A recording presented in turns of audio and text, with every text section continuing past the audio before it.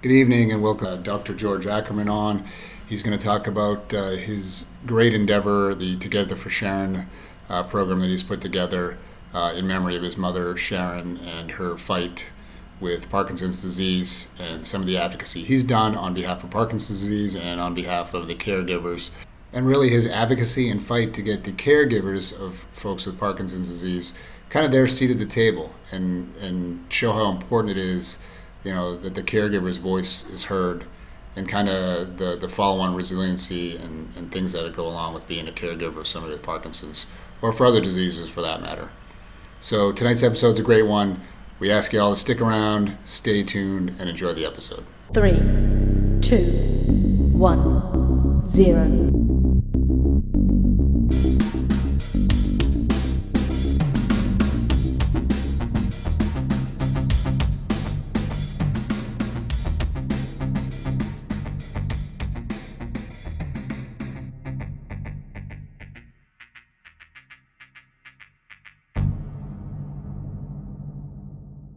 Good afternoon, George. I really appreciate you coming on today. I know we're going to talk a lot about Together for Sharon and what you've done with that. And like I said, we're just glad to have you on the podcast and looking forward to hearing everything you have to say. I guess, to start off, could you talk a little bit about what Together for Sharon is and what you've done with it? Yeah, first, I just want to thank you for your time and your audience. It means the world, and for your service. As we were speaking earlier, it means also the world to me. So this isn't really Thanks. just about one show to me. It's really a conversation that has to really continue until we find a cure. Unfortunately, I had my mother, she had Parkinson's for about 15 years, and she sadly passed on 1/1/2020. So we started Together for Sharon, and personally, I thought maybe like 10 people might see it. And I'm honored to say I don't know if it's any of my work or maybe sadly the disease is just growing. It's the leading neurodegenerative disease in the world, not just in the U.S., but we've had over 40,000 people visit the site. The site is Wow. something that means a lot to me. It was really just started to show my mother's journey and my journey as her caregiver, but it's honestly flourished to something beyond me. I've interviewed 600 people myself around the world because I was shocked to find out 2 years ago that Parkinson's isn't just affecting the U.S., but actually around the world. So I interviewed people from India, France, Spain, Italy, Australia, Iceland, Nova Scotia. I mean, you Wow. name it. Unfortunately, it doesn't discriminate. Parkinson's, unfortunately, again, it affects everybody. And if it doesn't, that's my goal, is to get everyone aware so we can actually find the cure, and then other individuals will never have to go through what my family had. So that's the main goal of the website. Everything again it's free. So I don't accept money. So if anyone's listening, please don't send money. That's not why I'm here. It might be an odd thing to say. A lot of people obviously want to make a living, but I do a lot of this again just to remember my mother. It also helps me grieve, and unfortunately it's been 4 years, but I still miss her every day. Yeah, I think we'll get maybe into the grief thing a little later, but I don't know if we had talked through email, and I think I told you my father passed when I was 14, and I'm not going to do the math on the air because Me I'm too. terrible at math. But that was a long time ago. But the grief's still there. Yeah. Sorry to hear that too. And my dream is to end all diseases and all. Obviously, unfortunately, this one affected us firsthand. She also had late onset dementia, and that was even, in a way, even more difficult because the delusions and hallucinations are almost brought me into the world of honestly like a horror movie. Because Right. I wasn't trained to be a caregiver. I don't think even as a professor you can take a course to really know what to do. And I had a lot of training like you in emergency response and management for others, but to see your own loved one was something I never seen and don't want anyone else to. But she had Parkinson's for about 15 years, the first 7. She really didn't talk about it. I heard the word, but I wasn't aware. She didn't really want to burden the family, and I wish she did, Mm. but she didn't tell us much about it. She had a little stiffness in her left arm, which towards the 7th year, because I'm not good at math too. I didn't take over till the last 4 years, but she was able to still function and live, and didn't notice major things, because I think again she hid them. But on the 4th year before she passed, she was taken to a special trial for Parkinson's disease, and that night was the night where I became her caregiver because we don't know if they changed her medicine drastically, but I got a call at her house to rush over at 4 a.m. and I found her, and I can't even picture this in a bad, scary movie, but she had been moving her furniture out of her house, and she thought Nazis were Wow. inside the house, and they were Wow. going to harm her. And imagine if any son, let alone in the military or policing, shows up, you're not prepared for that. So that was when I Not knew what we do, right? that's when I knew I had to help her. Wow, it's like I said, thanks for sharing the story. It's just it's a very interesting and touching story. Um, what about I know you published a book recently. I think it was fairly recently, right? Yeah. What's behind the book there? Yeah, Son's Journey, Parkinson's Disease for the the Caregiver. Yeah, I didn't really. I've written books, but not in this area, and I knew like it was going to be a challenge because again, it's a specific area of the population. A lot of publishers want you to do like Game of Thrones because you'll reach everyone. Right, So in mine, I'm not expecting to become like the author of that book, Martin. right, But my dream was just to have it out there because I felt alone as a caregiver, and my mother felt alone as a Parkinson's patient or diagnosed and going through the battle. And there were so many days I didn't know what to do. I kind of like in my own head, like you just scream out for help and no one right, responds because it's just you. So I didn't know where to go, who to turn to. And I wanted this book out there because it's almost like a guide, but also takes you inside the good, the bad, and the ugly. My favorite part is it talks about my mother's life before Parkinson's. Also, it talks about things like my caregiving and how my wife and my children were my support. Without them, even today, I went from caregiver, which was a nightmare at some times, but then even advocacy. Some days I'm doing, many shows, and as you probably know, I post a lot, and it's just me. We're not right, a foundation. We don't want to be. I'm just one son who lost his best friend, his mother, due to the disease, and I just fight today for everyone diagnosed in memory of those we've lost, because we've lost millions of people, like beyond that, the last, and then also I fight for the caregivers who are still battling today, and in memory of all those that we've lost. And we have 10 million people or more that lost a loved one due to many diseases, but Parkinson's, and they kind of are. This is my next book I'm actually working on. They're kind of forgotten, in my opinion, and it's sad. right, So a lot of these organizations I love, but they really concentrate, which is reasonable, on a cure.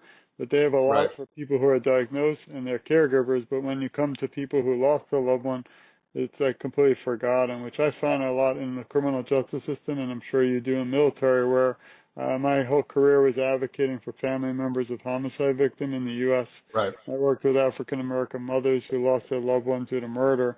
Unfortunately, again, their family members no longer here, but then the family becomes victim secondary, and then they're forgotten. So this I find also a lot, I'm sure, in the military, where if you have a hero pass due to, work and overseas, their families have become victims, in my opinion, many times as they're forgotten. So I think we need advocacy in many areas. I'm just shifted from the world of victims and crime to, advocacy for people, because I don't want them to ever feel alone, and I think a lot of them out there are. And the last thing is, if we could just reach even one person today and try and get them aware of Parkinson's, then we've changed the world, in my opinion, forever. Well, I agree with that last sentiment too. My whole goal with the podcast is that I tell people when they come on, and other people that have kind of mentored me with this, and we've just discussed it. Like in the end, my goal is let me reach one person, and that was the same goal when I was, active military, and I was still doing some of this on my active time. Was hey, as long as I reach one person and they go to get help or do something, then that's the goal is met, right? So. I do want to say, I think you make a really good point that is definitely overlooked. So I do a lot of work. I've done a lot of work with ER professionals, and the trauma. Obviously they're seeing and actively participating in some sort of trauma almost all day, every day. Yeah. But the other side of that, their response and like the post trauma thing for them, like, is not really hit on a lot. And we've been doing some work with that recently, and I think it kind of ties right back into what you're saying about the caregiver and even the advocate to a certain extent. Um, Even like you said, your secondary victims in homicide cases, they're quickly or often forgot about. Like in the ER, they a lot of those folks quickly move on to the next event, Right. and don't even get to process the first one. And then they go home that night and they're, come back the next day and it's all over again. And it just never really stops. And they're not really thought about in a, their health isn't really thought about. And then, like you said, from the caregiver side and even the advocate side, I know for me, there's times where, I know the importance of trying to do this type of work and getting it out there. But at the same time, it can be exhausting. Yeah. It can take a burden. I'm sure just like you, I'm sure you have the same feelings. It can be burdensome. There's a needed break in there. But then I never really thought about until I saw your website and you were talking about it. The caregiver side. I feel like is even worse. It's almost like A, you're not prepared to be in that role, right, for the most part, Right. and then B, what happens afterwards, like you said. Yeah, the big thing is I was shocked when someone asked me to speak at a summit for male caregivers. I didn't even realize that was an epidemic for men, and I'm proud to say I was a mama's boy. My mother was my best friend, and we talked, 20 times a day. She was right by my side for law school graduation, for That's police awesome. academy graduation, for the PhD, and most of it I might have even quit. But I had her. She didn't want me to be in law enforcement, like I'm sure your family might have been, unless they were in the military. It's not easy to just send your family or even have the choice, even though it's very Right. respectable. But I don't think I would be the man I am today if it wasn't for my mother's sacrifices. She was a school teacher and had a master's and gave it all up to raise me and my brother. So I knew when it was my turn to, not serve, but to give back. I was proud to be there and try my best, and we tried everything. The other thing about the book is I don't write a lot like this, but I kept a journal of her last year of life, and I literally wrote a few notes every day of how I was thinking, and that's actually one of the chapters in the book. I could read a little passage if you want, quick, Yeah, but please do. That's an interesting. I'd love to hear it. That's an interesting insight. so this was a tougher day, and I try to make these shows a little bit more exciting and not as sad, but in reality, it wasn't always easy. But September 28th, 2019, which is actually my mother's birthday, that was a tough day because she was already very, Right. sick. But today I realized I won't be able to speak to my mother on the phone any longer. We used to talk 8 to 10 times a day and night, and I did so for my entire life, even in my adolescence. I knew she would always be there for me, and I could count on her. So when she couldn't speak or respond anymore, it was heartbreaking. And again, you'd have to look more. But that was the symptoms catching up, unfortunately, and they really sped up. We've seen 15 doctors at the time, and every single one said you don't die of Parkinson's, you die with it. So my mother and I never dreamt it would take her. She had no other medical issues at all. The only thing I could think of is maybe the medicines, were changed too drastically, but she was very, Mm. very, very healthy. She went in the last few years from being able to walk 3 miles a week to the cane for 2 years and a walker, then a wheelchair and then bedbound. And it's something, again, I've never seen in my lifetime, let alone being a loved one. And what was the time frame that all happened? It was you said it was Um, pretty quick, right? she had it for 15 years, but the last 4 years were the downhill. It was almost It like was quick, right? if I was a nail in the hammer, which is every day was something else, whether it was, Something else. so dementia brings hallucinations and delusions. So she actually saw people that weren't really there. Some days it was cute and she would laugh because it was like a dog, but then there were days where we had to hire aides. Like I don't call them caregivers because they were just people we hired. So I didn't want her to ever fall because I knew if she fell, we'd have even more issues. But she Right. was, because of the dementia, and also she was a woman who lived alone, independent her whole life. She liked being alone. Now you have these women watching over her 24/7. She was scared of them. So she would text me at all hours saying they're hurting her, which I had to put video cameras in. Thankfully, that wasn't always true. The only time I did catch anything was one time she didn't sleep at all because her stomach was also destroyed from all the medicines and the Mm. Parkinson. So one day I did see one of them, my mother sitting up calling for help to go to the bathroom. They didn't respond, so we fired them. But I had to go to like 10 companies or probably 100 aides until we Wow. finally found someone. And they just didn't understand Parkinson's, or they just weren't prepared either. And, they shouldn't really be in that business. So Exactly. that was, in the book, again, it's not just about the struggle with Parkinson's. It actually goes about caregiving. And I felt the feelings, like I felt sad, grief, anger. I swore to my mother we'd never put her in a home, which I kept, but there were days where I was going to go look at homes behind her back, but I couldn't, Right. I wasn't trained for it. She also is the most quiet and nice person I've ever met, like friendly, never Right. negative, never hit me as a kid, nothing. and we had to remove her phone because she was calling the police because she was scared. We had to remove a firearm because I'm a cop and I actually trained her, and she slept with a gun under her pillow because she lived alone. And thankfully, she never needed it, but God forbid I could have showed up and she could have, fired at Right. me. So there's so many like integral things that we don't really get the time to talk, but it's not an easy journey, and that's why. But there's a lot of light at the tunnel, darkness. I meet incredible people like you and your audience, and they become like family with so many people today who have Parkinson's. I'm actually just went to a Parkinson symposium last week and going to the Michael J. Fox Foundation's Unity Walk in Central Park next week. So, you get to meet some incredible people, but at the same time, it's sad to see them still struggling, and I just want them to know that there's someone like me out there fighting for them until we find a cure.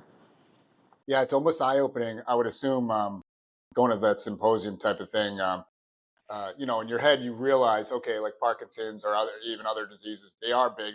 They do affect a lot of people, but I feel like it's not the same, and you don't really maybe there's something doesn't click until you actually go to something like that Right. and see the number of people there or the number of people that have it, and you're like, oh wow, this really is, it's affecting a lot of people.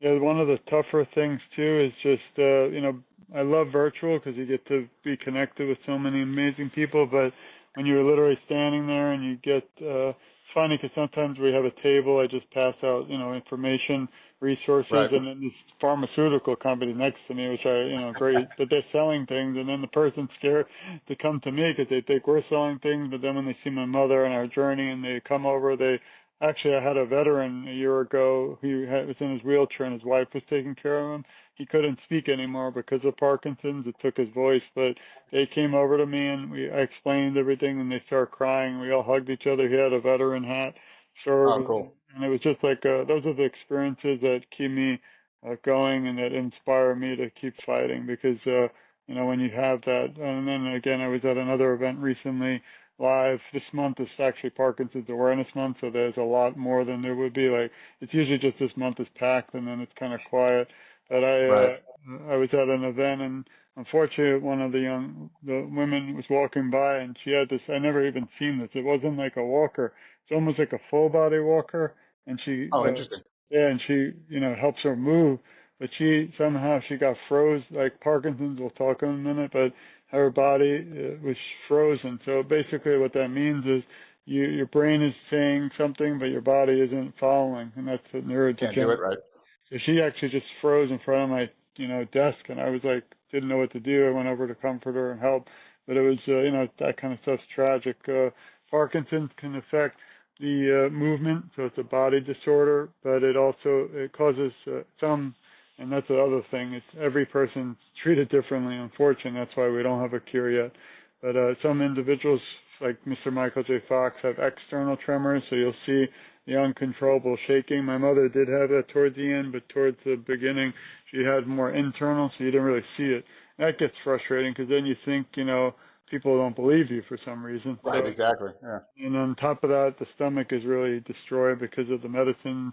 So it's really the shaking, the freezing of the gait. So again, sometimes you just can't move. Also dystonia, which is the curling of the toes, and Mhm. bradykinesia. There's just a lot of different symptoms, but they are very similar. Many people don't get late onset dementia like my mother did. So those are some of the major signs, and just to get a little bit of point of reference. Yeah, I think that's interesting. I would assume most people probably associate with that, like you said, the external tremors and the things you can physically see. Kind of interesting from the other side of it, where yeah, and I've had another uncle that has some other problems that for years the doctors would say, nah, this is all in your head or the pain's all in your head, and Yeah. because they couldn't quantify it, they couldn't see it. This, and I think I mentioned to you in one of our first emails, this is kind of a timely discussion as our great uncle, basically the current patriarch of our family, is dealing with Parkinson's and later in his life, and it's been a kind of interesting learning experience for all of us, and just watching him go through what he's been going through over the last probably I'd say a couple of years. Yeah, so Sorry to hear that. I like I said, I from a personal side of things, I couldn't thank you enough for doing what you do and coming on for that too. So No, and actually, since you are military background, we could probably have a podcast. I really want to do something on Veterans Day and Memorial Day, but I would like to have someone who's a veteran who has Parkinson's. I actually have a few very close people, but one actually can't speak anymore because of the disease. So he actually interviewed with me, but he did it all online. But I really want to get more, we need more attention to veterans who have Parkinson's. There's really nothing out there for them. I actually spoke to someone from the Veterans Affairs. They were all excited, never heard from them again. So that was just that one person. But I really think there should be more light shined on individuals who served our country and need help because of dealing with Parkinson's. And there's a big You know lack what I'll of. do? Sorry, cut you off there. That's okay. I'll let me reach out to a good friend of mine too with the Sure. VFW. She might have some knowledge.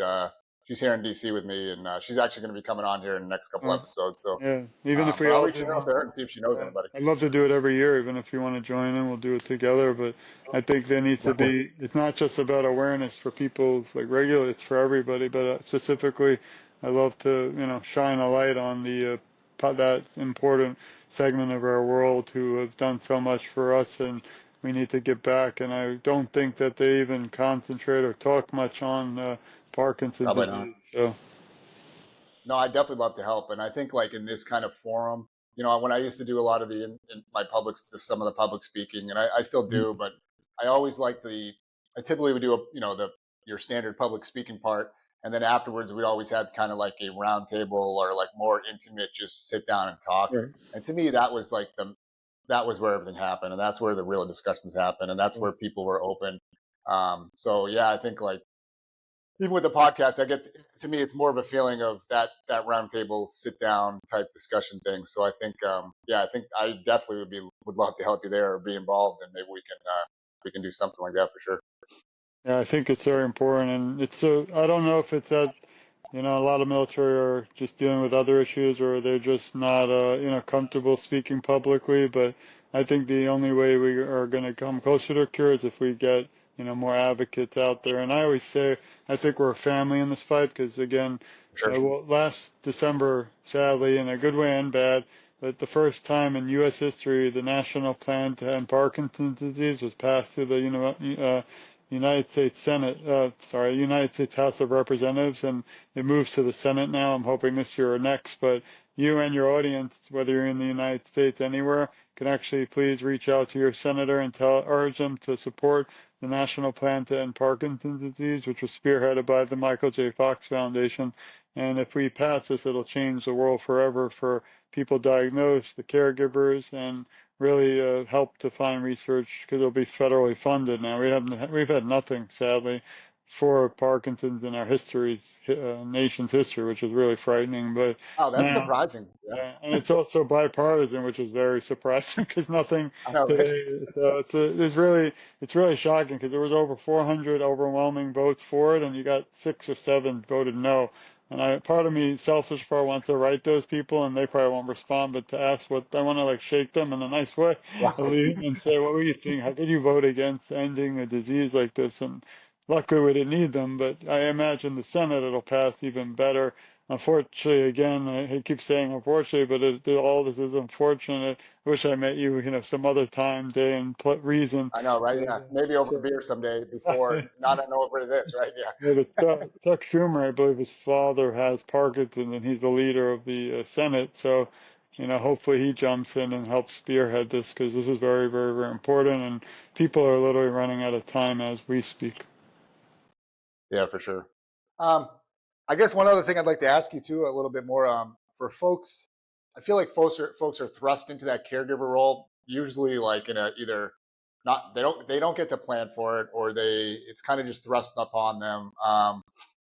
What any advice you would just give to people? I know every situation is different. I know anything like that, but if if somebody came to you today and said, "Hey, I'm getting thrust in that same role," whether it be with a family member with Parkinson's or even something else, like any advice you'd give to the caregivers that aren't like medical professionals, Yeah, the biggest thing which I did into is you have to take care of yourself or your own health before you can take care of others. Even today, I don't really do that because there's a lot of days where my wife is saying I'm doing, too much with this. I mean, it's a odd thing because no matter what, I can't bring my mother back. So it's almost like a lot of people go through these diseases and they are the caregiver, they move on because now your loved one's no longer with you.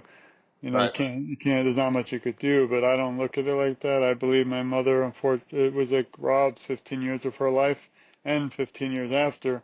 And I'm very, still in a way angry and upset and grieving, and speaking to you helps me a lot for mental health and meeting so many others who are struggling because I just want my experiences to help them, even if a little bit. But the biggest thing is you have to, you know, take care of yourself, exercise, eat healthy, and you can't be a help to your loved one if you're not healthy. So again, I don't follow it because I think that every day, like let's say today, if we couldn't meet, which we almost had something happen, we couldn't make it or whatever, then I feel like we would have lost that opportunity to reach that one person or 10 or Right. 100. So, you know, sometimes I do sacrifice my own health because I want to help others, which is not the smartest or sanest, but I still feel that somebody's got to do it. And I just love this community. I dedicated the first book to my mother and all those diagnosed and living today with Parkinson's and their families, but it's still a segment of the population, and that's me, who I still feel some days left out. Like I mentioned to you, I don't, you know, I'm not diagnosed with Parkinson's, and I'm no longer caregiver of someone alive, but I do, you know, my mother still matters, and our voice still counts. So Right. my next book, which is done, I'm not going to release it for a while. I need a little break, but it's actually going to probably be called A Seat at the Table, and has two meanings. Number one is we lost a seat at the table at holidays because my mother was taken due to Parkinson's, but also I don't feel I have a seat at the table many times because a lot of these big organizations and people out there, you know, they are concentrating again on people to get a cure. But what about all the people who, you know, lost a loved one? They still have a voice, and I think they still matter. If we had brought all these 20 million people, who knows, it could be more, back to help advocate, I mean, we would have an army, literally, to end this disease. But instead, again, no one really wants to talk about, you know, we have a beginning, middle, and end of life. And for some reason, the end of life is not something people are comfortable talking. And I even No, they're not. went to a few events this month for Parkinson's, and not one of them asked me to speak. And, you know, I speak around the world. I'm a professor, and I talk a lot, even on these, and I love talking just because it helps inspire people, and they inspire me. But, I don't even want to talk because I'm usually at these things. I'm tired because I'm there Right. talking, but I'm talking anyway. But it is interesting in my brain, like, you know, I'm at all these things. We donate a lot of them. We donate about $16,000 of our own money to different organizations, and I'm always curious why they don't want us, you know. And just the other day, I had my title of my book, like a description up, and somebody was editing it and helping me, and it was on Amazon, and it was kind of sad. It talked about, you know, from Parkinson's, from life to death, and I just decided to kind of change it and remove the dying part, because there's a lot more to the book than just the Right. grief and the sad. But then, you know, it's sad, in my opinion, that I still, you know, treated some days that I don't count. And I have a specific example. I won't go too long with it. In the future, maybe we could talk about it. But so there was an email that came to my desk, and it was like an invitation that you want to apply to be on like a board for a big organization. I was Right. excited. I didn't think I'd get it. I just thought, you know, maybe I should do this, and they know I'm out there at least, and that's it. I don't care if I get it. So I sat there with like my PhD hat, and I sat there for like 3 hours. I wrote a 3-page paper, had APA format, references, everything. And I went to submit it, and I was all excited because, you know, whatever, at least they know, because sometimes I don't know, not that I need them to, but I wish they knew I'm out there because I want to work Right. with, I like working with people because I think our voices are stronger together than just one person. So I went to press submit. I pressed the button, right? It says two choices. There should have been three. One is you're diagnosed with Parkinson's. One is you're caregiver for someone alive, and there's nothing else. So I was like Right. heartbroken. I felt like my mother passed away again, and I felt like, I won't curse here, but you can imagine, because you know, where's the button for people like me? So they're saying, in my opinion, that we don't have a seat at the table, we don't matter, and we don't count. And that's not how it should be. So my follow-up book in the future, which is done, I'm just doing some things in between. I want to write a kid's book, and releasing 4 books of all the 600 interviews we've done around the world. But Oh, wow. that other book might be a little controversial if anyone reads it, but it's going to break the doors down because, you know, I'm a person who believes no matter what gets in your way, probably you believe, you just got to keep fighting Same way. through it. never give up. So Yep. that's my, and also I'm doing another book which you would probably be interested in. Writing a book on policing in Parkinson's because right now, I used to teach at the academy in Florida. They have a section, it's very small, like for a minute, and it says Alzheimer's and dementia. There's nothing about Parkinson's. So guess what? If some officer is unaware and it's not their fault, this is not going to be a controversial, but this will be more just for awareness. But I'm Right. not blaming police at all because they have enough things to deal with. But I think that if you get pulled over, not you, but someone with Parkinson's at 2 a.m. and who knows why, maybe they're just driving to somewhere and they're shaking uncontrollably because of Parkinson's, well, that officer at 2 a.m.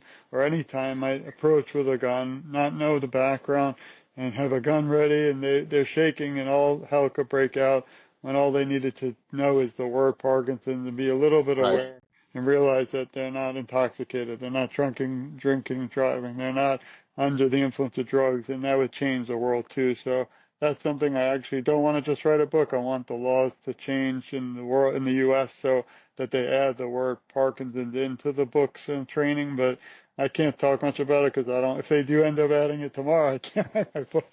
I don't I know, think they right? will. Yeah.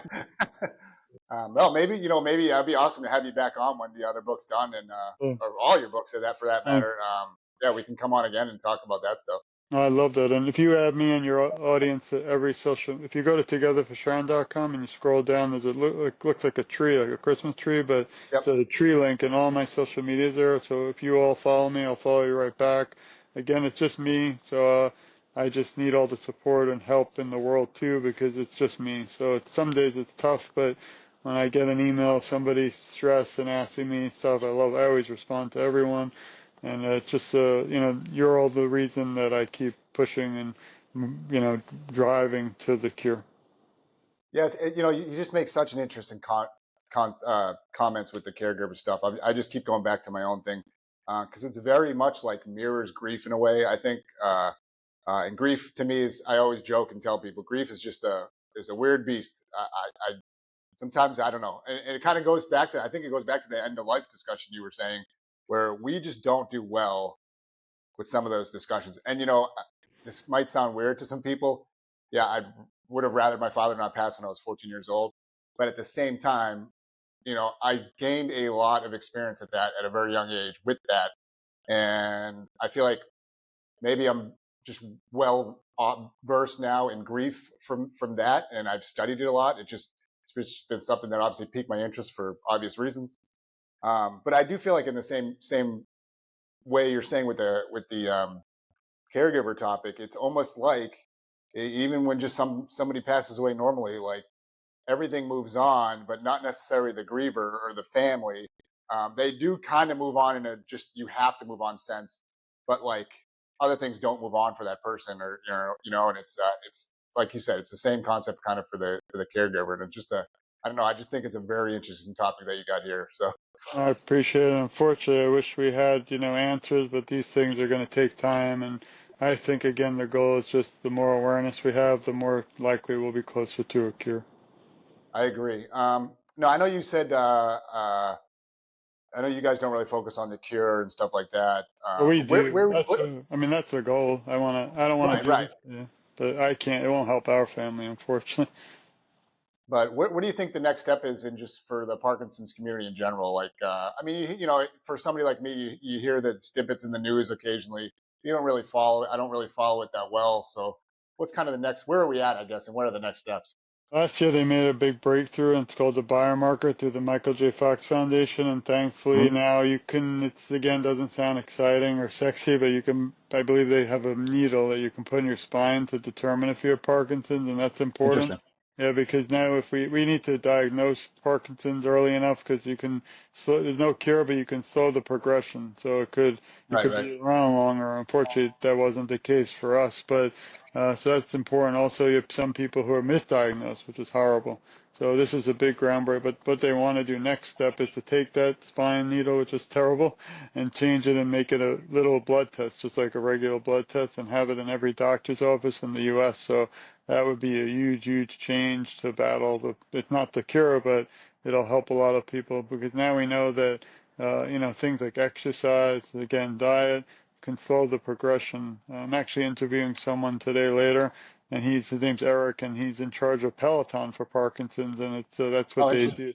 They raise money and they use Peloton, so it's pretty amazing. I didn't know they were out there, so that's what I do again now is just try to bring awareness to other people, highlight them because again we're all family in this fight. But the major goal is to find a cure, but again we don't know how or when it'll happen. I am confident it will, but it's just you got to keep fighting and you got to keep pushing forward. And there's a lot of good again out of the darkness. But when I see people struggling, it kills me in a way too. I agree. I agree. I know you kind of said it already, but can you give us a rundown of where people can find you again? Yeah, I appreciate it. Our website, Together for Sharon, it's spelled out together, FOR Sharon.com, and you'll see a lot of amazing things. And I might be biased, but just a That's a lot great of website. I like it. thanks. Yeah, it's, I mean, you'll see our journey. You'll see videos. I've been on different magazines, the TV, and all that. Our podcast today will be on it eventually. Also, there's a section with celebrities. We had Kenny G wrote a song for my mother and Oh, did a wow. shout out. We had Jack Osborne, Ozzy's son, is struggling now. Ozzy with Parkinson's. He was just Hmm. inducted to the Hall of Fame for rock and roll. Also, I met Janet Reno, who passed due to Parkinson's, and also I met Michael J. Fox 2 months ago, so that was a great story. But it's all on the website. The 600 interviews are there. Everything's completely free. I have people write me that they've spent 10 hours on the website. I don't recommend that, but it's just nice to know. And then they can also subscribe for free. They could be aware and join with us and share it because once we have enough people around the world, because this is not just the U.S. I think again we'll be closer to ending this disease forever. No, definitely. And lastly, I'll just close. Dr. Ackerman, I really appreciate you coming on today.